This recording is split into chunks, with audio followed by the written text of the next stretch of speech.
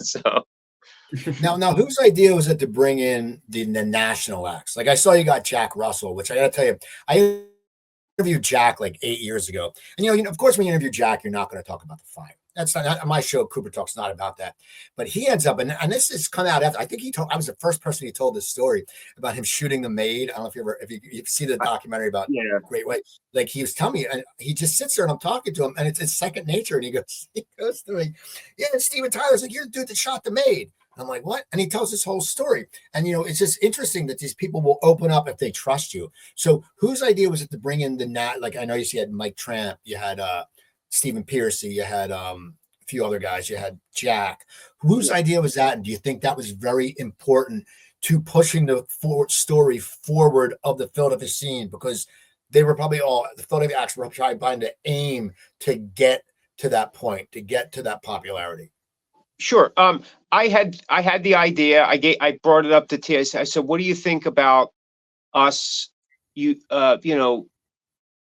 Digging into some of these interviews that I've done that with the more national names too, since because there is a parallel that goes on through the book. We talk about the national scene, even the international scene a little bit, and how one affected the other, and how Philly dealt with those trends that were happening, at that time throughout the era.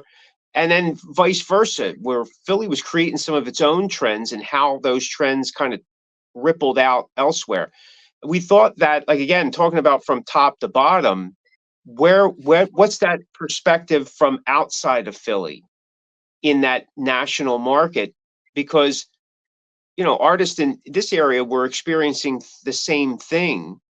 But again, like, sometimes people were like, wow, they're just local guys and nobody really cares. But as soon as you tag somebody that's a national, that's maybe more prominent in someone's eye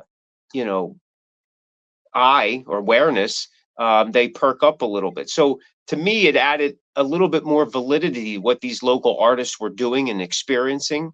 And we get some insight from that. And like I said, I have 10 years of interviews that, like when I spoke to Jack Russell, I spoke to him on the phone. He was on his boat, and, we were just talking about, like, writing hits and, like you said, like, he was real comfortable if he felt you were just like a regular Joe and not, just asking him the same old questions.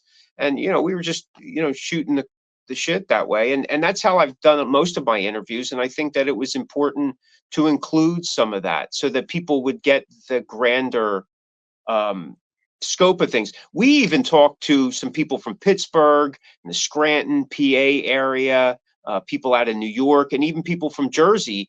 What was their take from as an outsider with what was happening in Philly at that time? Like, what was your experience with Philly? We had talked to several artists of more prominent stature, and they were like, "Well, I'm not from Philly." Yeah, I realized that, but I wanted to get your take on what you thought about Philly at the time, the scene. Did you have some kind of story or something that you could relate? Some people just didn't think that was even worth their time. So we moved on, and the people that did, we utilized them. Coop's Comment Corner.